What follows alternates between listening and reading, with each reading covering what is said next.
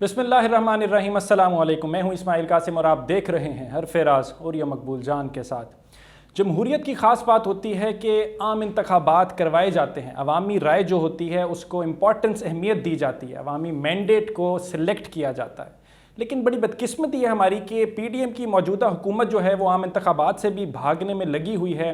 और अभी जो अपडेटेड स्टोरी ये है कि इस्लामाबाद के जो बल्दियाती इंतखाबात होने थे 31 दिसंबर को, वो पहले तो उससे भी भाग गए थे, लेकिन उरिया साहब लाहौर इस्लामाबाद हाई कोर्ट ने ये फैसला दिया कि कल ही इंतखाबात करवाएं। कल होते इंतखाबात नज़र आ रहे हैं आपको? देखिए, मुझे नहीं लगता कि इंतखाबात कराए जाएँ। देखें, इस वक्त पाकिस्तान के अंदर 3 फोर्सेस मिल के एक इंटरिम गवर्नमेंट के पीछे लगी हुई हैं, और इस इंटरिम गवर्नमेंट को लाने में सबसे पहले नंबर पे है यूनाइटेड स्टेट्स ऑफ अमेरिका। उसने गुज़श्ता तकरीबन 1 साल से ये तय किया था कि उसके लिए कोई ऐसी गवर्नमेंट मिल जाए कि जो गवर्नमेंट उसके लिए ख़ास तौर पे प्रो अमेरिकन हो और उसको डील ना करना पड़े। अमेरिका जिस वक्त अफ़गानिस्तान से निकल रहा था तो उस वक्त उसने इनसे कहा था कि हमें सर्वेलेंस के लिए आपकी जगह चाहिए।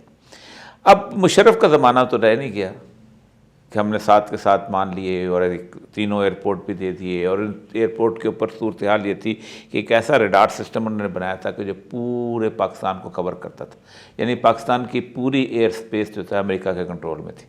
और यहाँ से 57,000 दफ़ा सॉर्टीज उड़ी और जाके उन्होंने अफ़गानिस्तान पर बॉम्बिंग की। उस वो ज़माना आप गुजर गया, अब कुछ देने को तैयार नहीं था। बीच में क्यानी का आपको याद होगा कि जब वो सलाला वाला वाक़या हुआ था, उसके बाद कितने दिनों उन्होंने नेटो की सप्लाई भी रोके रखी, तो फिर उसके बाद खोल भी दी, सब कुछ हुआ।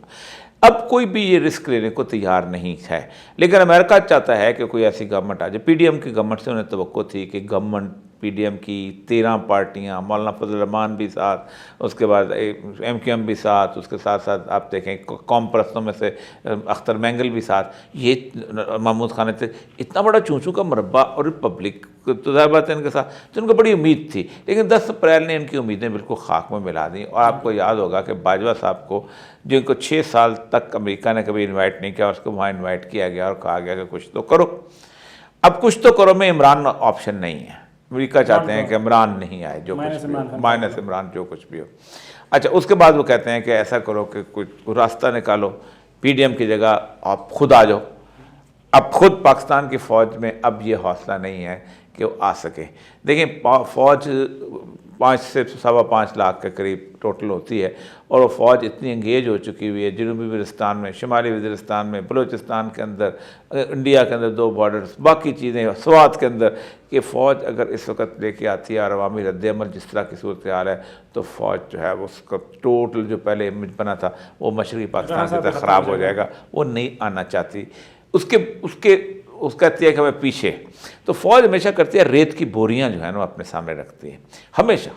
हर मार्शल लॉ ने रेत की बोरी रखी है। अयूब खान के साथ भुट्टो था और बहुत सारे लोग थे, पता नहीं कौन कौन, फजल कादर चौधरी से लेके ऐसे, आपने वो रेत की बोरियां 62 के इलेक्शन के अंदर उसके सामने थी और फ़ौज को कोई कुछ नहीं कहता था।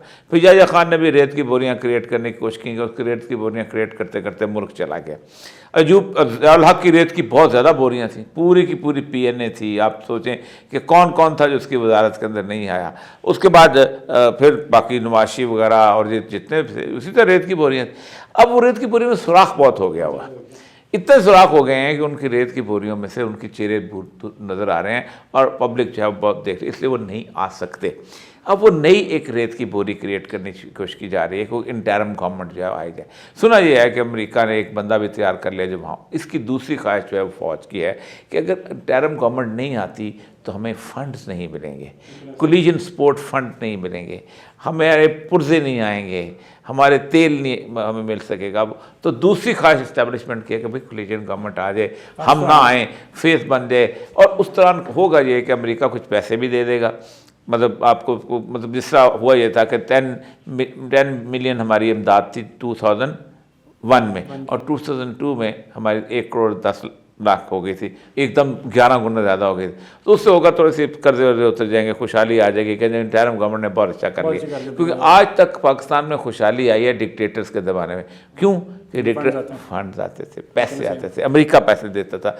अयूब खान के ज़माने में सीटू सेंटर में वो देता था, ज़िया-उल-हक के ज़माने में वॉर लड़ रहे थे रूस वाली, वो लेता था, मुशर्रफ के ज़माने में वॉर एंड टेरर लड़ते वो लड़। तो मुशर्रफ, इन लोगों के ज़माने में अमेरिका पैसे देता था, लोगों को खुशहाली नज़र आती थी, डॉलर नज़र आते थे, बाकी चीज़ें नज़र आती थी। तो अब भी वो एक तीसरा PDM की बड़ी ख्वाहिश है, हम शहीद बनेंगे इससे, किसी तरह से हमारी गवर्नमेंट गई और हमें शहीद बनाया जाएगा, और फिर हम कहेंगे जो अगर ख़राबी होगी वो हम उनके डाले में डालेंगे, और फिर वापस वो जैसे करें धुल धुला के लॉन्ड्री से निकाल के वो बाहर आ जाएंगे। ये है इस वक्त पाकिस्तान का सिनेरियो। लेकिन इस सिनेरियो में जो हालात हैं उसमें इमरान खान का राज़ी होना बहुत ज़रूरी है, लेकिन इमरान खान राज़ी नहीं होगा, क्योंकि बेसिकली उसको पता है कि ये सारी गेम जो है, ये मेला सारा उसकी चादर छीनने के लिए बनाया गया है। क्योंकि अगर वो एक दफ़ा इंटरम पे खामोश होकर बैठ जाता है तो मसला ख़राब हो जाता है। दूसरी बात यह है कि पब्लिक इस इंटरम को नहीं मानेगी। ठीक, पब्लिक इसलिए नहीं मानेगी कि पब्लिक जो है वो एक रिजेंटमेंट की सूरत हाल में आ चुके ऊपर से लेकर नीचे तक। और वो जो कहते हैं मुनसर मरने पे हो जिसकी उम्मीद, नाउमीदी उसकी देखा चाहिए। मुनसर मरने पे हो इसकी उम्मीद वाली सूरत हाल उसके लोग तंग आ चुके हुए हैं। अब वो किसी भी वक्त कुछ भी कर सकते हैं। इसलिए यहाँ पर ये सूरत हाल, ये इंटरम गवर्नमेंट अगर आई भी तो अव्वल तो आ नहीं सकेगी, और अगर लाने की कोशिश की भी गई तो बहुत बड़ा तजर्बा होगा और वो बहुत बड़ा नाकाम होगा। उसके बाद फिर इमरान खान मजीद यकीनी हो जाए। इमरान खान तो भी दोबारा चले गए ना वहाँ के अंदर, दोबारा महंगाई के लिए दोबारा चले गए, इसीलिए चला गया है कि पब्लिक के तरफ सोर्सेज ने जो एक ही चीज़ कहा जाता है, उन्होंने कहा जो मर्जी हो जाए, मुल्क डूब जाए, खान साहब को नहीं आने देना। अना का मसला बना लिया, क्या मसला क्या इमरान खान से इतना, क्योंकि PDM की कारकर्दगी तो हमारे सामने है, मीशत को हमारे डबो के रख दिया, मुल्क दिवालिया होने को है। IMF की जो हम अगली शर्त का इंतजार करते रहे वो भी नहीं वो दे रहे, उनको पता है पैसे वापस नहीं कर सकते, और जो स्ट्रॉन्ग डिसीजन दुबई के बैंक्स ने उनका वो हमने वापस करने हैं, UAE के वापस करने हैं, हमारे पास वो पैसा भी नहीं है। तो पेरिस क्लब के हमने वापस करने हैं। दुनिया में कोई ऐसी जो जहाँ से कर्जा मिल सकता था हमने सबसे लिया हुआ है, हर एक। अब वापस हमारे पास करने के लिए पैसे नहीं है।